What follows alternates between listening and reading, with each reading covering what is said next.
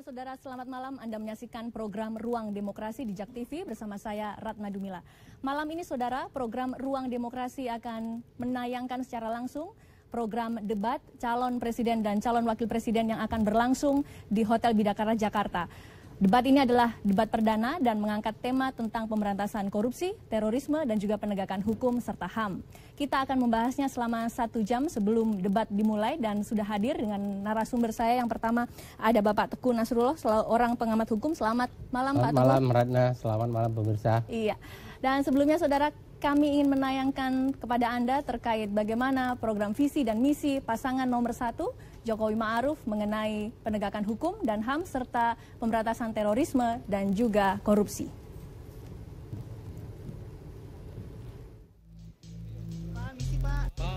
Calon Presiden petahana Joko Widodo yang akrab disapa Jokowi adalah sosok calon presiden yang dikenal sederhana, perakyat, gemar belusukan, dan milenial. Perjalanan karir politiknya mulai mencuri perhatian ketika menjabat sebagai wali kota Solo. Jokowi semakin populer ketika terpilih menjadi gubernur DKI, hingga akhirnya dilantik menjadi Presiden RI ke-7 pada usia 53 tahun. Selama pemerintahannya, yang paling menonjol adalah keberhasilannya dalam membangun banyak infrastruktur bagi pertumbuhan ekonomi jangka panjang. Pada 2019 ditargetkan 1.852 km jalan tol akan selesai dibangun. Jalan-jalan di perbatasan juga tidak luput dari perhatiannya yang seluruhnya ada 3.000 km.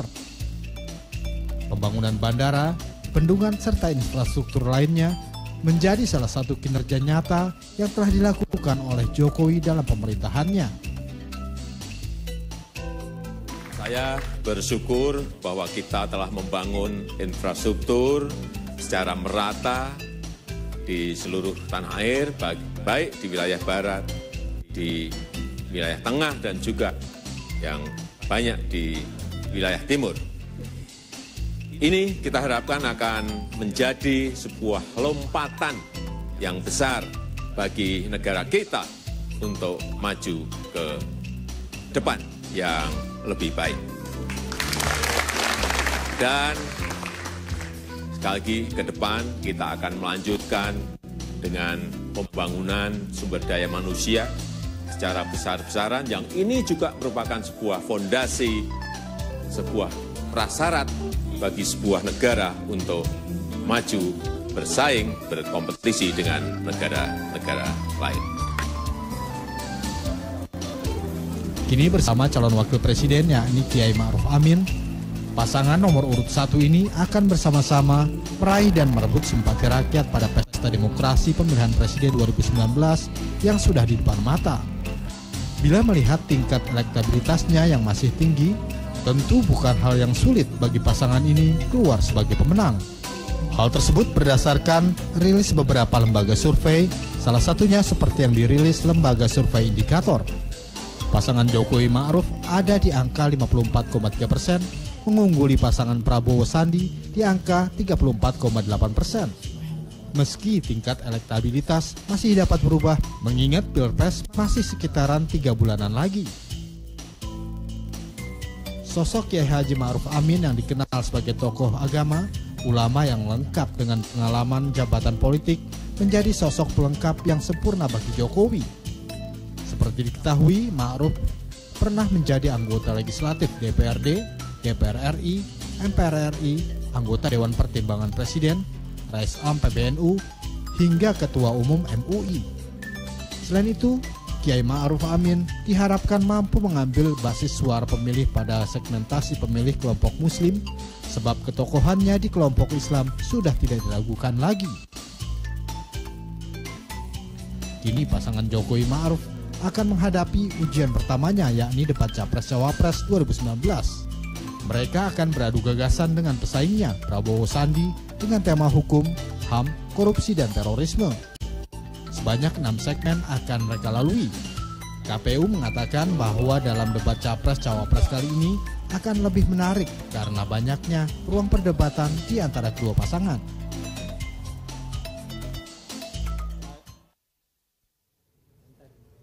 Ya, ini adalah visi dan misi Joko Widodo dan juga Ma'ruf Amin terkait dengan Indonesia Maju.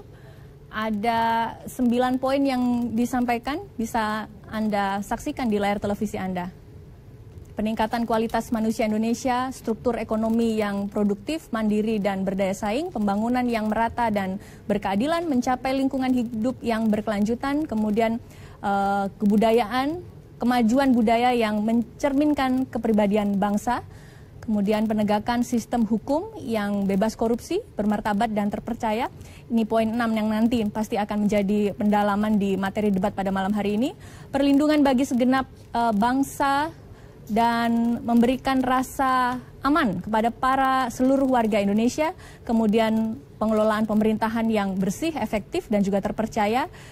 Kemudian sinergi pemerintahan daerah dalam kerangka negara kesatuan.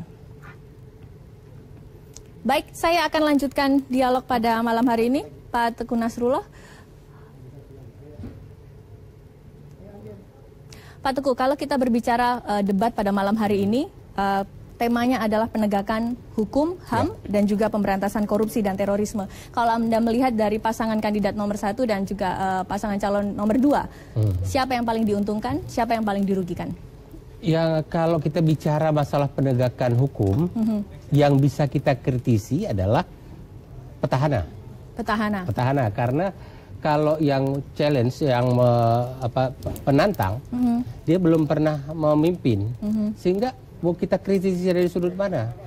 Nah, kalau petahana dia sudah berjalan 4 tahun, sehingga kita bisa melihat baik secara umum penegakan hukumnya maupun kasus per kasus. Itu bisa kita uji. Oleh karena itu orang suka ketika mengkritisi penegakan hukum di sebuah rezim manapun. Saya adalah orang yang sudah beberapa rezim pemerintahan diminta mengkritisi. Selalu penuh kritik saya terhadap sebuah rezim dalam penegakan hukum. Jadi orang kadang-kadang ada yang tidak bisa menerima secara logis, tapi dianggap saya berada pada posisi yang berseberangan dengan rezim itu.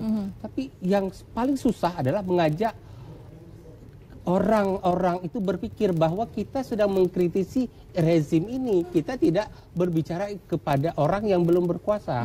Nah, itu untuk hukum, ya. Kalau berbicara sedangkan orang yang belum berkuasa, kita hanya bisa berharap kepada dia. Harapan kita apa kalau dia nanti berkuasa begini. Atau paling juga kalau kita paksa, kita mencoba memprediksi bahwa kalau dia berkuasa nanti hukumnya akan begini. Itu kalau prediksi orang akan banyak yang meleset, ya. Dan untuk penegakan HAM, ya dari 2 calon itu tentu kalau Pak Prabowo terlepas benar tidak, tapi ada isu yang dilemparkan oleh orang terkait dengan bahwa pada masa Pak Prabowo memimpin sebuah organisasi di TNI terjadi pelanggaran HAM. Tapi itu pun oleh Pak Prabowo, tim Pak Prabowo mengatakan bahwa yang namanya prajurit selalu yang bertanggung jawab pimpinan. Nah, kemudian di zaman Pak Jokowi pelanggaran HAM kita bisa uji selama 4 tahun ini. Di titik mana yang kita mau bahas.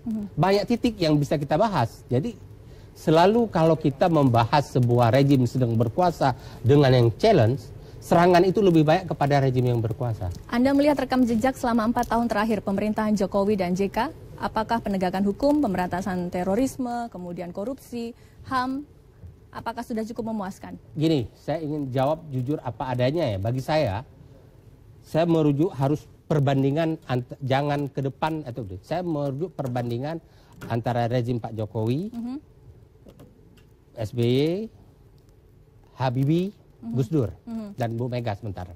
Ya. Bagi saya dalam penegakan hukum itu tidak ada perubahan ke arah yang lebih baik. Yang terbaik itu adalah zamannya Pak Habibie. Karena apa? Pak Habibie memimpin Republik Indonesia ini hanya 1,5 tahun, menghasilkan produk perundang-undangan itu hampir 200. Dari 4 rezim ini, Habibie, Gus Dur, Mega itu satu paket. Kemudian SBY dan ini yang paling produktif menghasilkan peraturan perundang-undangan zaman Pak Habibie. Baik, kita tahan dulu. Nah, oleh karena itu saya ingin mengatakan bahwa saya harus bandingkan dengan rezim mana ini. kalau Pak Jokowi ini. Harus ada perbandingannya. Oke, baik. Kita tahan dulu, kita akan lanjutkan dialog ini di segmen berikutnya, Saudara. Sudah ada 2 narasumber yang nantinya akan bergabung, yaitu Pak Jerry Sambuaga dari tim Jokowi Ma'ruf dan juga Bapak Pipin Sofyan dari tim Prabowo Sandi. Tetap bersama kami, Saudara, di Ruang Demokrasi JAK TV.